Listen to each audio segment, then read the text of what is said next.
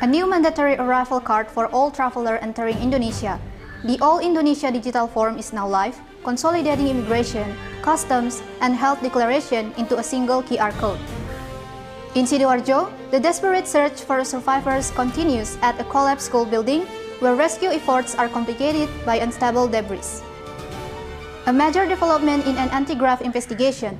The former head of state gas company PGN has been detained by the KPK in a corruption case involving alleged state losses of nearly 250 billion rupiah. Good evening. Tonight, we start with a practical update that affects anyone traveling to Indonesia. The new digital arrival card is now mandatory and we'll show you how it works. Then, we go to Lampung, where a classroom fight has turned fatal and police are carefully piecing together the events that led to the tragedy. We also return to Sidoarjo, where rescue crews continue to work through a fragile structure while families wait for names, not numbers. We have more on justice, safety, and culture later this hour. This is What's Up Today, and I am your anchor, Ruth Manurung.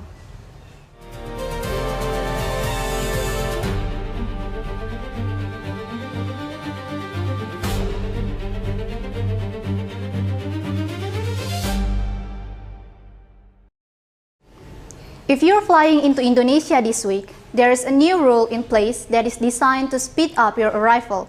The All Indonesia digital card is now the main entry declaration at most airports, replacing multiple forms with a single QR code on your phone. Travelers are advised to complete it within 3 days of landing. We'll walk you through what it is and how to use it. Effective this week, the All Indonesia Arrival Card is mandatory for travelers entering the country by air and sea. The new system consolidates for separate declarations, immigration, customs, health, and quarantine into a single digital form. Upon completion, travelers receive a QR code to present to officials on arrival. Customs authorities confirm this digital submission replaces previous paper forms and the electronic customs declaration or ECD at most major airports. Airlines are advising passengers to complete the free online form within 72 hours of their flights to ensure a smooth process. This new unified system is also designed to tighten quarantine controls. Here is a practical checklist for a smooth arrival. First, complete the form online within 3 days of your flight and take a screenshot of the final QR code in case of poor airport Wi-Fi. Second, declare all quarantine items like food or plant products, as the system now directs these goods for inspection. Third, remember that each traveler needs their own form, including children. And finally, this is separate from your visa application. If you need an EVOA, that must be completed as a different step. The bottom line for traveler is simple: one form, one QR code, and hopefully shorter lines at the airport. Fill it out before you fly to ensure a hassle-free entry into Indonesia. We turn now to a heartbreaking story from Lampung, where a dispute between two students in a 7th grade classroom has ended in tragedy. One child is dead and another in its custody. As investigators review witness statement and security footage, we will stick to the fact that police have confirmed on the record, especially since both the victim and the alleged attacker are minors. Police in Pesisir Barat report that the incident occurred around 10:20 am inside a grade 7 classroom at SMPN 12 Krui. According to witness statements, an argument between two students escalated into physical fight. During the altercation, the suspect allegedly retrieved a pair of scissors from a desk and stabbed the victim. The injured student was rushed to a local clinic but was pronounced dead on arrival. Investigators are examining claims of persistent bullying prior to the incident and are reviewing CCTV footage from the school. Because the suspect is 13 years old, strict child protection protocols are being followed. When a violent incident involves children, the legal process is different. Police conduct their investigation, but the interview with the minor suspect must include guardians and social workers, and their identity is protected by law. The school's immediate role is to secure the area and provide counseling for students and staff who witnessed the event. For the community, it is vital to avoid sharing the names or image of the minors involved, as doing so can have legal consequences and cause further trauma. This is a deeply tragic event. The family deserves clear answers and the student needs support. We will provide an update once police have released their official timeline based on forensic and evidence. 2 days after the collapse of a school building in Sidoarjo, the rescue mission has become an exercise in listening. At the Al-Kozini boarding school, crew now works in cycles of complete silence, shutting down all machinery to hear the faintest tap or whisper from beneath the rubble. Oxygen lines and tiny cameras follow any sound they detect. The numbers of the missing still vary, but the operational picture is clear. This is a painstaking, manual effort through unstable layer of concrete. Disaster officials have confirmed the building failed during afternoon prayers as a new concrete slab was being poured on an upper floor. A preliminary engineering assessment indicates the structure's original foundation was overloaded, causing a pancake collapse of stuck floor plates. Due to the instability, heavy machinery has been avoided. Instead, the joint rescue team is employing a manual strategy built on 3 elements, using the silence method to localize sounds, deploying flexible cameras and live detectors to confirm signs of life, and carefully digging tunnels to reach trapped students. Commanders report identifying up to 15 detection points, classifying 7 as red or indicating a response, and 8 as black. In the red zones, medics are routing oxygen and glucose water. In some cases, crews are building small tunnels known locally as gorong-gorong to approach victims from safer angles below. The work is incredibly delicate. Teams are shifting and rolling debris just centimeters at a time to prevent collapsing the fragile voids where survivors may be. Here is why these specific rescue methods are so critical. In a layered pancake collapse, sound is the best guide. The silent method, where all noise on site stops, allows rescuer to triangulate even the finest tap. 5 minutes of silence can save hours of blind digging. The second technique, controlled removal, involves lifting debris in small increments to prevent a void from snapping shut on a survivor. Finally, the tunneling approach allows team to bypass the most unstable sections. This entire cadence is a race against the clock to maximize the 72-hour golden period for survival. For those near the site, the most valuable assistance they can provide is space and quiet. By obeying the cordons and minimizing noise, they allow the rescue team to listen for signs of life. For everyone else, it is crucial to rely on official updates rather than rumor. We will return with the latest verified information from the evening briefing.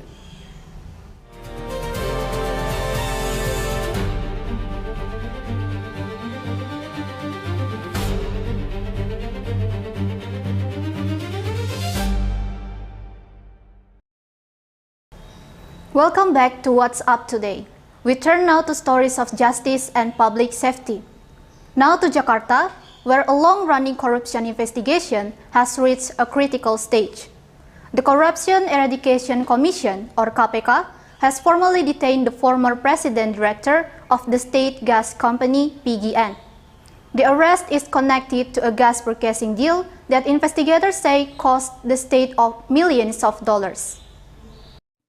The KPK has named and detained Henty Priyosantoso, the former president director of PGN, in a corruption case related to gas transactions with a private company. He will be held for an initial 20-day period at the KPK retention facility. Officials allege that the scheme resulted in state losses of approximately $15 million or 249 billion rupiah. The investigation covers a period from 2017 to 2021 and involves an alleged kickback scheme. Other suspects in the case had been detained previously. Here's a quick guide to how a case like this proceeds. First, a 20-day detention is not a conviction. It allows investigators to finalize their case file. Second, the defense will likely challenge the state's calculation of financial losses. Third, Prosecutor will use documents, emails, and bank records to prove that decisions were linked to personal benefits. The case will now move towards a formal indictment before heading to trial. The next 20 days will be a procedural, not theatrical chapter in this case. Investigators will tighten their evidence, the defense will prepare its argument, and the court will eventually test both sides. We will track the filing and bring you updates. A startling video from Central Java has gone viral. It shows a woman walking up to a police station gate, throwing fuel at an officer and live streaming the act. The officer was injured and the woman has been identified. The station chief said their first response was persuasion, not force. We'll look at what the video shows and how police procedure guides such a response. Police in Sragen have confirmed that a woman approached the station gate and splashed pertalite fuel on an officer on duty. The officer sustained eye irritation and received medical treatment. The station chief said that the officers on the scene prioritized de-escalating the situation and contacting the woman's family, citing an assessment of her condition. Local reports indicate the woman had filed a complaint with the police months earlier. She is now being questioned for potential charge of endangering an officer. In an incident like this, officers must judge the risk in real time. While a fuel is a hazard, a massive response can be safer for everyone than a physical struggle, especially if there are no immediate ignition sources. The procedure is to first secure the scene and the evidence, including the live stream video, and then assess the individual's condition. If mental health is a factor, police can coordinate with family and medical professionals before deciding on custody. For now, the story is one of restraint and documentation. The officer is recovering, the video evidence is preserved, and the investigation is proceeding. We will provide an update once the police release their official report. When we return, two final stories from the world of culture and entertainment. A high-profile celebrity divorce is finalized, and another famous couple faces down social media rumors.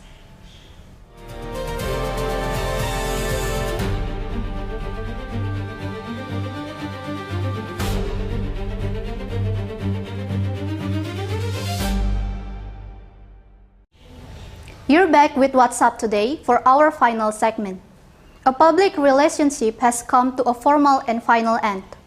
A religious court has completed the divorce process for Indonesian footballer Pratama Arhan and influencer Aziza Salsa.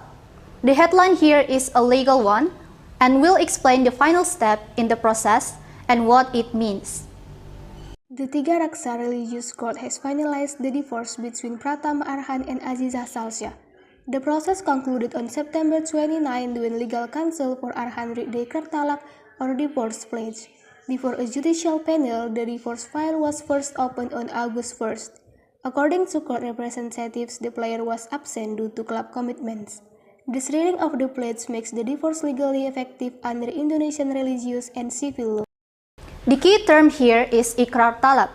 This is the formal pledge that once read in court, officially dissolved the marriage.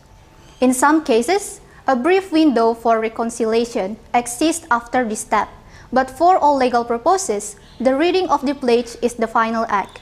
With the decree issued, the focus for both parties now return to their professional lives. The final word belongs to the court record. The pledge has been read, the decree is final, and both individuals now move forward separately. We close with a reminder that not everything trending online is confirmed news. Model and influencer Sabrina Khairunisa has recently edited her social media profiles, removing photos and references to her husband, Deddy Corbuzier. This has led to widespread speculation, but as now, there is no formal joint statement. Here is how to separate screenshots from certainty. Entertainment outlets have noted that Sabrina Khairunisa's Instagram profile no longer includes the Mr. Corbuzier title in her bio and that many photos featuring her husband have been removed. While she has responded tersely to some online comments, the couple hasn't issued any joint on the record statement regarding their relationship status. Therefore, the only observable facts are limited to change on a social media platform, which do not constitute a formal or legal conclusion. Here is a simple test for celebrity rumors. First, separate verifiable fact like a changed bio from interpretation. Second, give more weight to official, on-the-record statement than to anonymous sources or fan theories. And third, if a couple issues a formal statement, that's the moment to report it as a fact. Until then, it is important to respect their privacy and avoid drawing conclusions from a social media feed. We will leave this story where it is verifiable. Bios changed and photos are deleted. If there is a formal announcement, we will cover it. Otherwise, we return our focus to matters of public interest. And that's our broadcast for Thursday, October 2nd. If clear facts help you cut through the noise, please subscribe and turn on notifications. We will continue to track the rescue in Sidoarjo and the rollout of the new arrival card. Thank you for joining us. We'll be back tomorrow. Good night.